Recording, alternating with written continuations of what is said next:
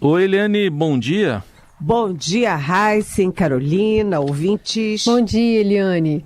Bom, a gente tem essa notícia da aprovação do presidente Lula, 60%, uma avaliação que melhora também entre evangélicos, em reduto que muitas vezes é associado ao Bolsonaro.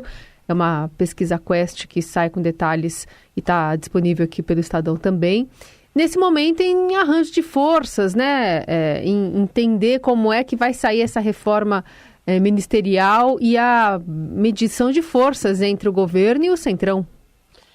Essa pesquisa veio num bom momento e comprova o que a gente está vendo. O Lula foi lá no fundo do poço quando falou aquelas besteiras sobre China, sobre Rússia, sobre a guerra da Ucrânia, sobre Venezuela. Aí ele estava rateando e a economia rateando. Mas a economia foi se recuperando, né? A inflação caindo, a previsão de aumento do PIB, o desemprego caindo, essas coisas todas. Então o Lula foi ajustando o discurso dele, ajustando as posições dele e também impulsionado pela economia.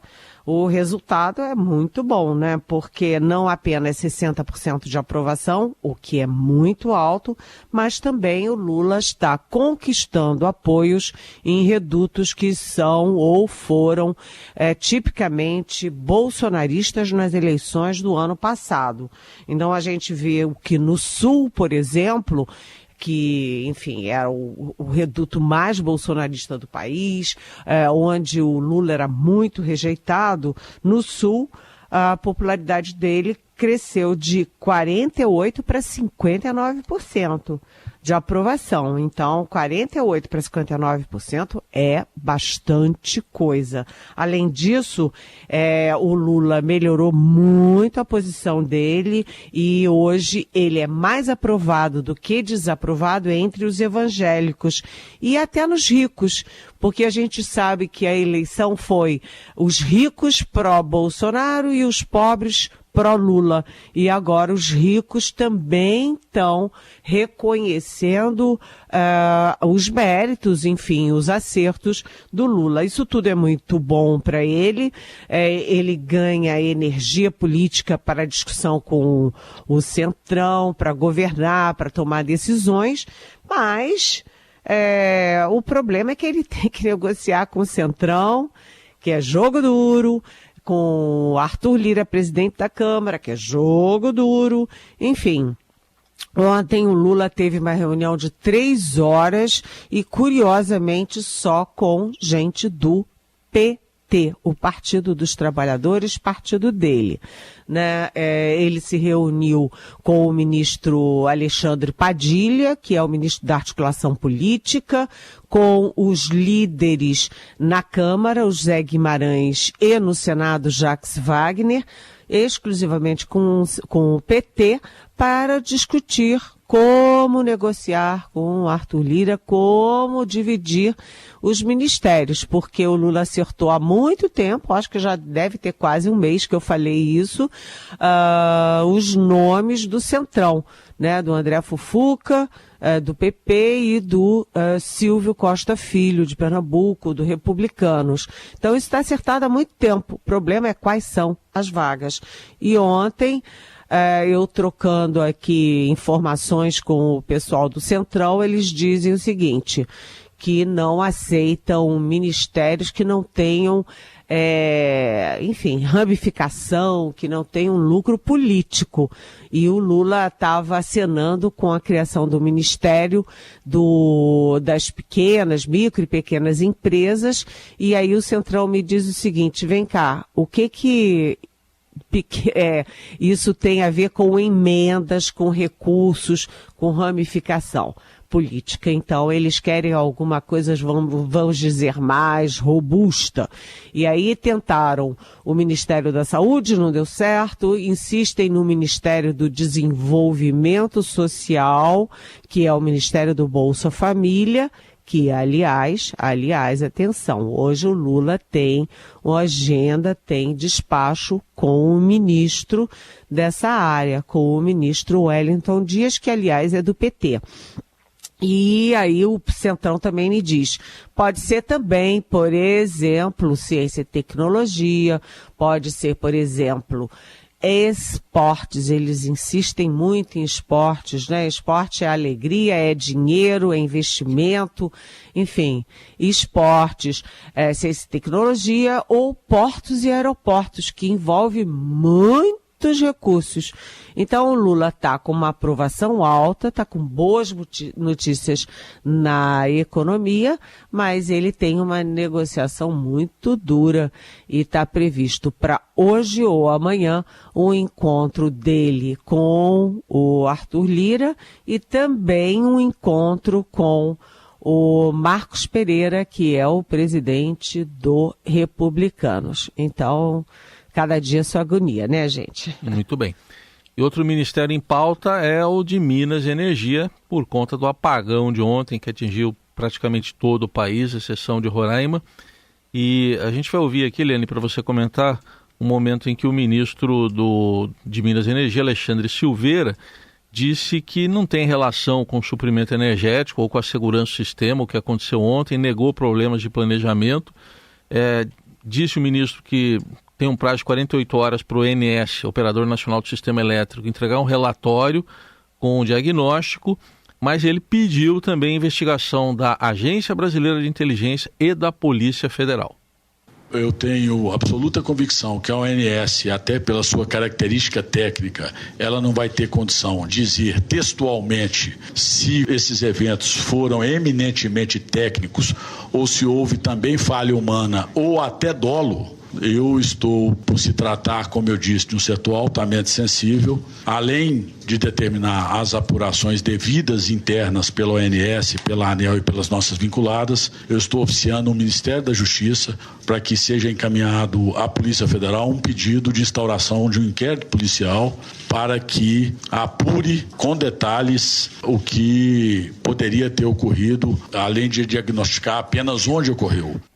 E o ministro, na coletiva, além de citar, apesar de ter citado a Eletrobras, recentemente privatizada, por diversas vezes, disse que seria leviano apontar isso como causa do apagão. A gente vai ouvir esse trechinho também. Eu seria leviano em apontar que há uma causa direta com relação à privatização da Eletrobras. O que não posso faltar é com a coerência. A minha posição sempre foi essa, e não vai deixar de ser, de que um setor estratégico como esse deve ter uma mão firme do Estado brasileiro. E aí, Eliane, muita coisa a ser esclarecida. Muita coisa. Todo mundo, quando pensa em apagão, pensa naquele apagão lá atrás do governo Fernando Henrique Cardoso, mas são coisas diferentes. O apagão do Fernando Henrique caiu na cabeça dele, teve repercussão política, repercussão negativa para a popularidade do presidente e do governo, porque foi um apagão por falta de planejamento, por falta de capacidade energética. Tanto que o Fernando Henrique criou um grupo de emergência ali para cuidar disso, né? Um gabinete de crise para cuidar especificamente disso. Então foi uma questão de falta de planejamento, de capacidade de atender a demanda por energia no país. Agora não, você teve uma sucessão de apagões e esse apagão, né, vocês vejam bem, foram em todos os estados brasileiros menos um. Então foi um apagão de grande repercussão, que chegou a durar 6 horas em algumas áreas. É um apagão muito sério e vejam bem, por que vai para a Polícia Federal, vai para investigação nessa área policial? Simplesmente porque não é uma coisa única. A gente teve ali exatamente na época do 8 de janeiro, quando teve o atentado contra o Palácio do Planalto, atentado contra a Câmara, Senado e Supremo Tribunal Federal. Na mesma época houve 16 ataques 16 ataques contra o sistema de distribuição de energia e foram derrubadas dolosamente, criminosamente, 4 torres de transmissão. Aliás, até hoje, eu não sei se vocês viram, mas eu nunca vi o resultado da investigação sobre aquilo. Mas tudo indica que foi criminoso, até porque, e criminosamente feito por quem conhece o sistema, porque as torres que foram derrubadas eram estratégicas de grande alcance. Os 3 estados atingidos foram São Paulo, que é a joia da coroa, Paraná e Rondônia, no norte do país. Então, isso tudo deixa uma interrogação. Tudo indica, gente, até ontem à noite, quando eu estava conversando sobre isso, tudo indica que ontem aconteceu uma queda de energia por uma falha técnica, né? Você tem um sistema de segurança que, quando tem algum risco, o sistema se autodesliga para evitar o mal maior, né? É um break, vamos dizer assim. Pode ter sido isso, tudo indica que seja isso, mas eu acho que o ministro Alexandre Silveira das Minas e Energia fez muito bem em acionar a Polícia Federal. Por quê? Porque depois do 8 de janeiro, depois de derrubarem 4 torres, é preciso ficar de olho vivo. A gente precisa saber, a população brasileira precisa saber se continuam esses ataques. Isso é criminoso e é contra a segurança nacional. Então, ter uma alta chance de não ser nada disso, mas não se pode descartar a possibilidade a priori. Vamos investigar, não é? Seguimos com a Eliane Cantanhede por aqui, agora para falar, né? Falamos sobre o entorno do presidente Lula e as questões que ele tem para resolver, ainda que o contexto hoje seja melhor por conta dessas notícias da pesquisa Quest, mas e o ex-presidente Bolsonaro e os seus arredores, hein, Eliane? Pois é, o COAF tem sido muito, muito atento a essas movimentações financeiras muito esquisitonas. Aí fica explicado por que o Bolsonaro empurrava o COAF para cá, para lá, para cá, para lá, botava na Fazenda, tirava da Fazenda, botava na Justiça, tirava da Justiça, botava no Central. Por quê? Porque o COAF descobriu coisas do Arco da Velha sobre Bolsonaro, família, ajudantes de ordens. Lá atrás foi o COAF que trouxe à cena um tal de Fabrício Queiroz, que era o operador do esquema das rachadinhas nos gabinetes de Flávio Bolsonaro e da família inteira Bolsonaro. Agora, o mesmo COAF traz também à tona as movimentações financeiras dos ajudantes de ordens do Jair Bolsonaro quando era presidente. E não é nada pouco não, gente, não é nada pouco não, porque assim como a família tinha olha só a comparação, como a família tinha o Fabrício Queiroz na época do parlamento, a família tinha como operador o tenente-coronel da Ativa do Exército, Mauro Cid, lá na presidência da República. Então, o COAF descobriu que em 1 ano e meio, isso que a Polícia Federal chama de organização criminosa, ou seja, quadrilha, movimentou quase 12 milhões de reais, 11 milhões e 900 mil. O tenente-coronel, Mauro César Cid, movimentou simplesmente 6 milhões 723 mil reais em 1 ano e meio. O Luiz Marcos dos Reis, que é sargento, que está preso pela falsificação de atestados de vacina, ou seja, ele também era da quadrilha da vacina, ele movimentou 3 milhões 341 mil reais. Puxa, o sargento tá bem, né? 3 milhões e tanto. Tem gente que leva 50 anos trabalhando e não reúne nem metade disso de poupança, né?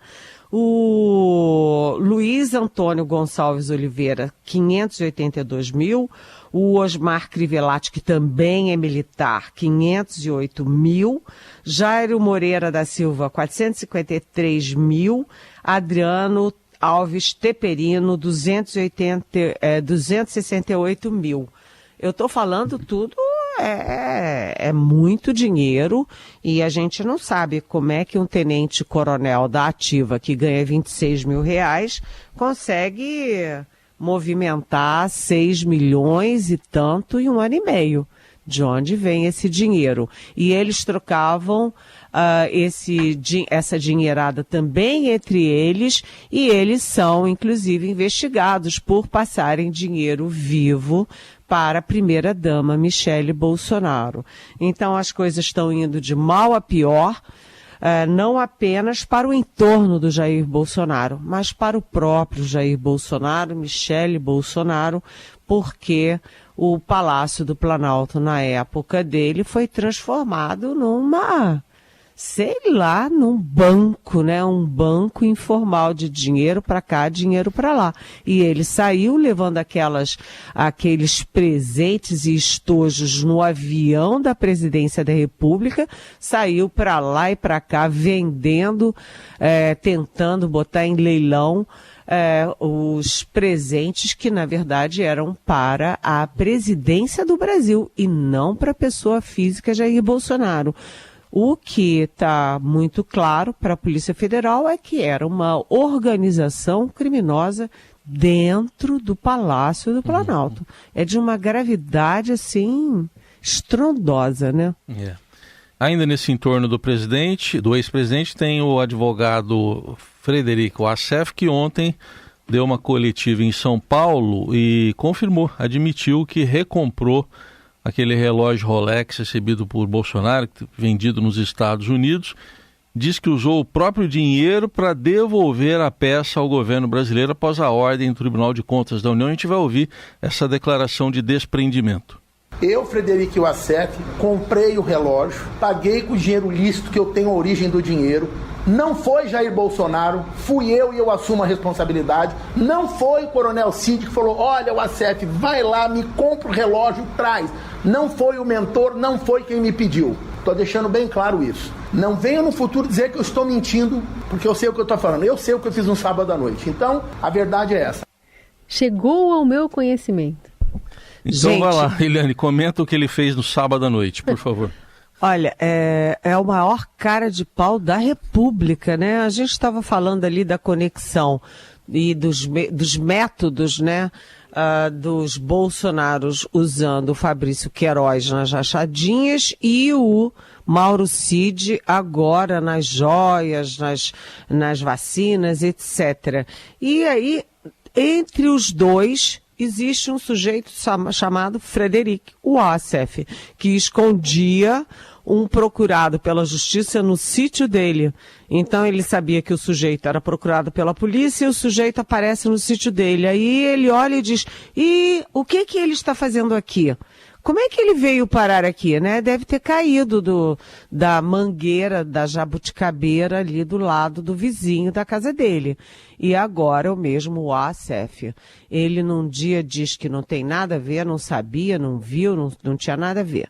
Aí no dia seguinte diz que, sim, ele foi aos Estados Unidos, ele estava passeando lá e de repente aconteceu isso, ele comprou o relógio com 49 mil dólares, ou seja, isso significa quase 300 mil reais, 200 e tantos mil reais do bolso dele, e ele tem como mostrar isso? Sim, ele tem, ele e a mulher dele, que a mulher dele inclusive é investigada, eu acho que já foi inclusive condenada pela justiça, enfim, ela também é cheia de, vamos dizer, problemas na justiça, mas enfim, ele tem essa origem, ele comprova a origem, mas ele não explica por quê? Por que alguém vai lá e compra um relógio, recompra um relógio por 49 mil dólares, quase 300 mil reais, e devolve para o Tribunal de Contas da União. O relógio não era dele, ele não tinha que entregar nada para o Tribunal de Contas da União, ele não tinha nada a ver com aquilo. Então, por que ele faz isso? Ele tem que explicar por quê. E ele é muito cara de pau. Ele um dia fala uma coisa, outro dia fala outra, e depois ele... Vão dizer que eu estou mentindo. Sim, porque ele vive mentindo, né, gente? A gente vai seguir acompanhando essa situação envolvendo o Bolsonaro em volta dele e a explicação, né? Porque cada dia o Assef muda um pouquinho. Antes ele falava que nunca tinha visto o relógio, agora ele fala que... Chegou ao conhecimento. Chegou ao conhecimento dele. Só para emendar com o nosso próximo assunto, para encerrar, acho que daria uma boa crônica ou uma boa charge. Isso aí que a Eliane acabou de falar. Aliás, o que diria o nosso homenageado de hoje, Milor Fernandes, sobre o escândalo, né, do roubo das joias?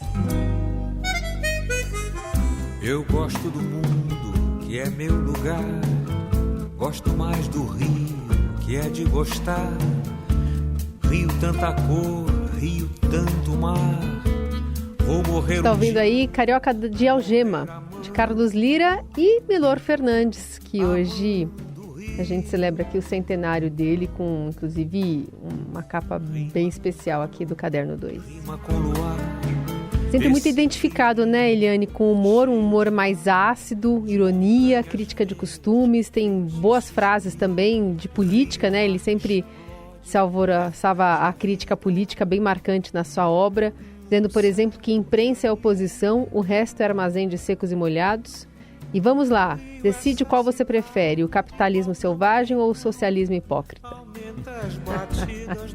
O maior frasista, né? Eu acho que da história aqui do Brasil, porque o Milor Fernandes era realmente um gênio. Eu acho que ele acordava e dormia pensando na frase seguinte, e eram frases de um brilho extremo e ele era muito cáustico, né? Ele ia na mosca, assim, E ele não pegava só a política, ele pegava muito a política, mas tem uma que eu gosto muito, que é a maior vantagem da comida macrobiótica. Olha só, a maior vantagem da comida macrobiótica é que por mais que você coma, por mais que você encha a barriga, você está sempre perfeitamente subalimentado. E a história dos secos e molhados, né? Isso é muito boa. Que é um bordão da nossa profissão. Milor Fernandes foi um dos gênios aí, dos gênios da nossa crítica política e da nossa crítica à sociedade brasileira, né? Não beber é o vício dos abstinentes. Vício dos abstinentes. Só destacar aqui que o Estadão está publicando também um amplo material no acervo, né? Porque ele estreou aqui em junho de 1999 e aí ele na época ele disse que era o primeiro veículo de imprensa que ele trabalhava, que era mais antigo, que já existia quando ele tinha nascido. Quando ele nasceu. Então já existia o Estadão e depois ele nasceu. Os outros ele já... Começou na imprensa antes de mim. Ele começou na imprensa antes de mim, foi o que ele falou, e material completo aqui no portal. Bom, Eli, obrigada por hoje, viu? Voltamos a nos falar amanhã. Um beijo. Beijo, até Tchau. amanhã.